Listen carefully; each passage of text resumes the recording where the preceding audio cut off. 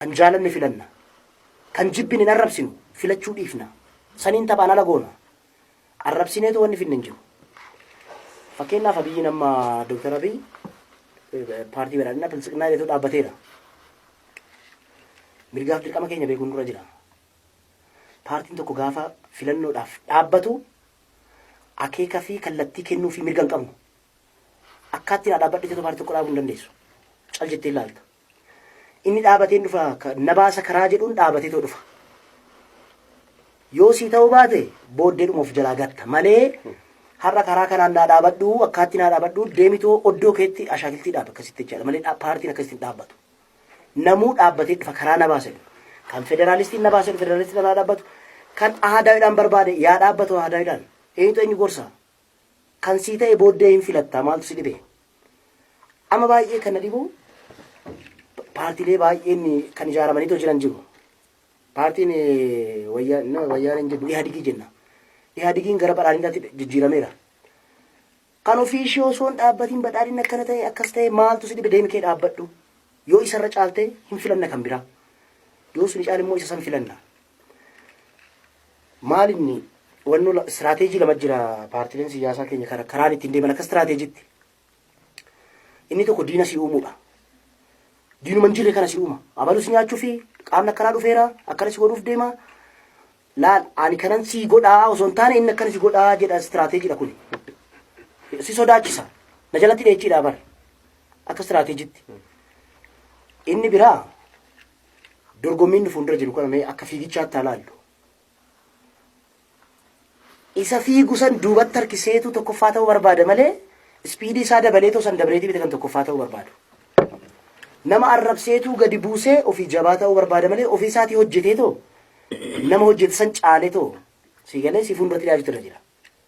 Yoo dorgommiidhaaf dhuftu qophooftee jabaattee siyaasaan wanta hundumaanuu jabaattee dhuftee sagantaadhaan kaayyoodhaan dhufteetu isa kanaan dura jiru san caaltee uummatatti dhiyaattee dorgommiidhaan mo'attee biyya bulchita. Malee isa jiru san ajjeeftee isa jiru san arrabsitee isa fiigaa jiru san duubatti harkiftee osoo hin ta'in kan tokkoffaa ba'uu irra jiru inni akkuma fiigaa jirutti ati isa dabarteeti kan tokkoffaa ta'uu irra jiru. Malee jabinni kee dadhabina biraatiin madaalamuu irra hin jiru. Dadhabina nama biraatiin jabinni kee madaalamu.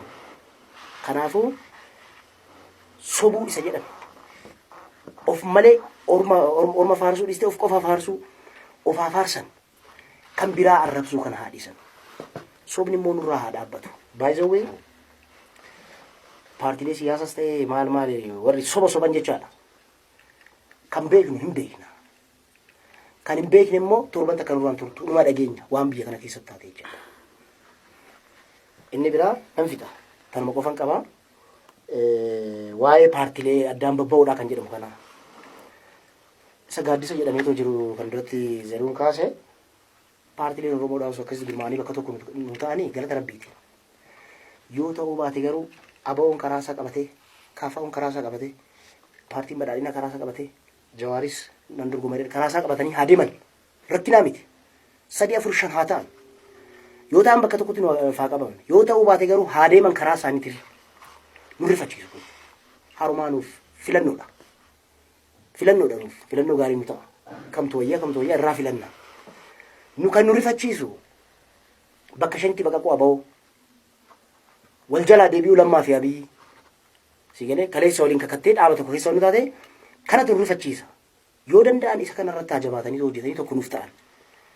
Si galee malee inni kaan abaduun asiin dhiyaachuu isa biraatirratti ololan ofiin isa biraan arrabsinii malee kan kee jabeeffadhu tokkottu ummanni immoo kaayyoo isaa laaleetoo hin filataa. Shakkiin jirtu takka korojoo hatuu maal kan jedhamu abadan hin yaadamu. Biyya tana keessatti hin yaadamu. Akka kanaan duraa sanitti 97 2002 maali gurmaa'inii fi hubannoon ummata keenyaa kan yeroo kanaatii fi kan yeroo sanii tokko miti. Amma korojoo hatuu dhiisitoo wanta akkasii tasuma mataa namaatti dhufuu hin jiru. Hin goona wanna jiru hin eeggannaa filannoo dimokiraatawaa ta'e biyya tana keessatti akka deemu mootummaan waadaa nuu galee jira. Waadaa nuu galee yoo deeme yoo deemuu baate garuu isa qofaaf dandeettii hin teenye filannoon dimokiraatawaa akka ta'u caasaa keenyan ummanni gurmaa'ee naannoo isaatti kan jiru filannoon kun kan filatamu ummata fuulduratti. Isa eeguun hojii ummata keenyataa hojii qeerrotaa kanaan booda karaa ittiin hatamu qabu soo karaa kanaan deemamee gaadhan jedhama. Ani wanta tokko wanta shakkii mataa koo keessa yeroo dubbadha. Isin amma haasooftanii hundi keessanii isa obboleessi koo takkaa hin jedhu tokko jira baay'ee wanna dhibu.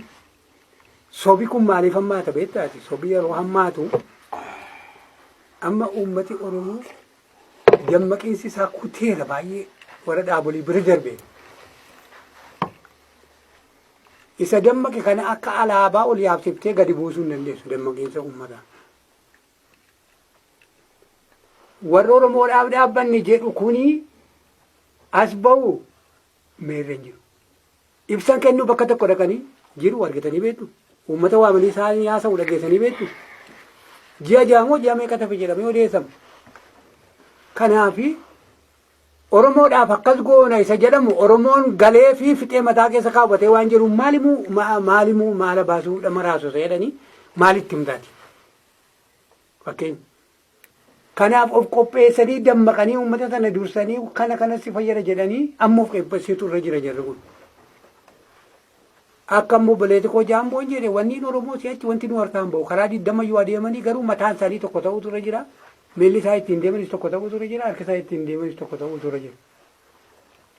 Akka inni hin badhaadhinaa silaa amma paartiin gaaddisa tokko jalatti dhufan jedhani yaada gaariidhaan hin baay'eeru dhiyootu tokko ta'u miti. Ati tokko argadhu, andi 20 argadhu, 10 argadhu walitti dhufa kan Oromooti. Akkasitti paarlaamaa galuudhaaf barcuma 300 milaamini ol argannaa jechuudha hunduu. Ifkoon fudhatee achi hin fiigu akka durii paarlaamaan seenaa. Abaa'oon fudhatee achi hin fiigu, odeeffiin fudhatee hin fiigu walitti dhufaa jedha bagaa yoo dhugaa ta'e. Dhugaa immoo kana rabbi nuuf godhu. Kanaaf keessumattuu ani amma kanan kadhadhu awusoodha. Awusoon mata dureen awusoo kun amma aartii keenyaa kun dura deemee yoo waan tokko mataa namaa gorsee mataa namaa jajjabeessu akkaataa itti mijatu yoo dhufe malee ammas awusoo kanatti namni mijeessaa jiru hin jiru. Sadarkaa gurguddaadha qabe argaa hin jiru jechuudha. Awusoon kun akkaataa inni tocho'u yoo karaa bananii fi filmaatii kun yoo ta'ata yoo deeman malee baay'ee rakkisaadha. Kanaafi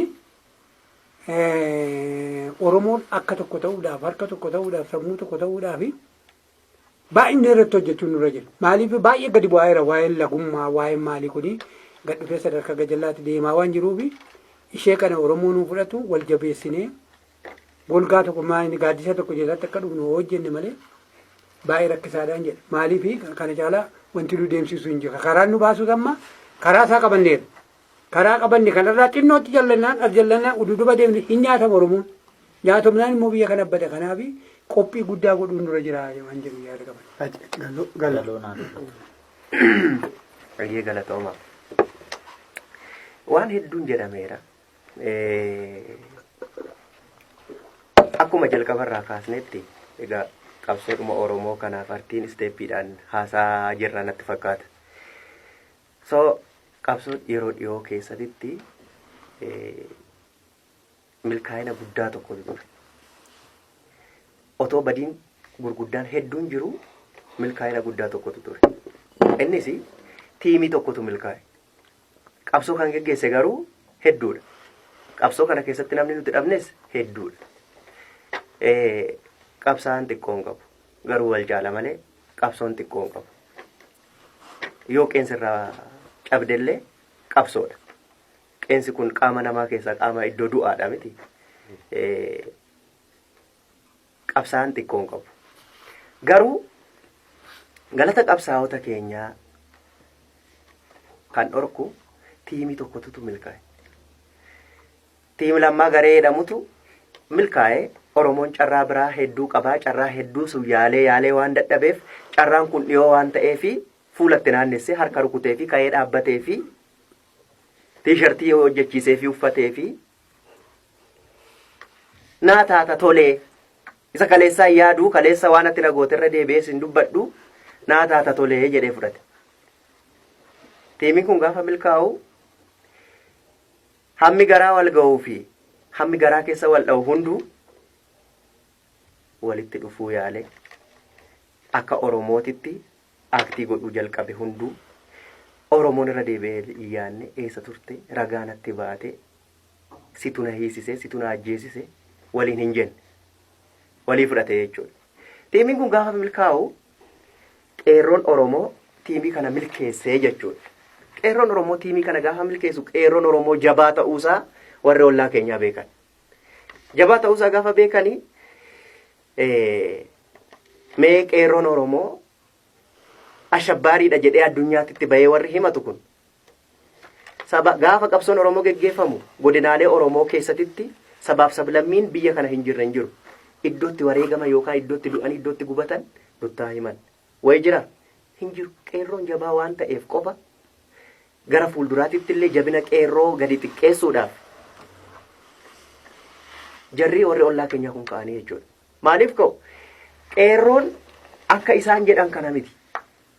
Qeerroon nagaadha. Garuu isaan ka'uun isaanii baay'ee na gammachiisa. Maaliif jennaan? Qeerroon akka booldi ta'ee mul'atu, qeerroon jabaa ta'uu isaa hin agarsiisa. Garuu qeerroon jabaadhaa gaafa jennu amma qeerroon iddoo meeqa jira? Erga tiim lamaan milkaa'ee namuu qeerroo tiimiidhaan qeerroo qabu ijaarrate jechuudha. Namni tokko yoo aangoo irratti nama tokko fuula walitti bade qeerroo burraayyuu sana naa qabi, qeerroo shaashamannee naa qabi, mee qeerroo awwadaa'ee naa qabi jedha. Garuu qeerroon awwadaa'e mucaan waggaa 10 mirga Oromootiif seenaa Oromoof bahee gaafa ispaaltii irratti wareegamu xalayaatti ergateen duune mucaan sun dhiiga Oromummaatti isa kaasee inni achi bahee wareegame jechuudha. Qeerroo qircata hunduu aktiivistiin qeerroo mataa isaa qaba. Aangawoonni mootummaa qeerroo mataa isaanii qabu. Abbaan qabeenyaa qeerroo mataa isaanii qabu. I think nu qofa namni qeerroo hin qabne jechuudha. Maaliif jennaan yoo walgahii irratti walitti bu'a nuti uummata Oromoo qabna. Akka dhaabbata otoo hin taane akka dhaabbata otoo hin taane akka waliigalaatti akka uummataatti nuti. Wallisaa godinaas miti, wallisaa dhaabaas miti, wallisaa aktiivistiis miti, wallisaa Oromooti. Maal godhaa? Yoo walgahii irratti yaada hamaatti kaase galgaluma kana feesbuukii kana irratti maqaa naa balleessaa jedha. Hidda si jijjiira. Oromoo miti bariin ni jedha. Na arrabseet Oromoo ta'a inni. Nama guddaa arrabseet Oromoo ta'a. Oromoon nama safuu beeku akka sayyoon duraan jedhe. Nama abbaa faatii tufaadhaan guddise, gorsee guddise, nama nooruu beeku, nama safuu beekutu Oromoo.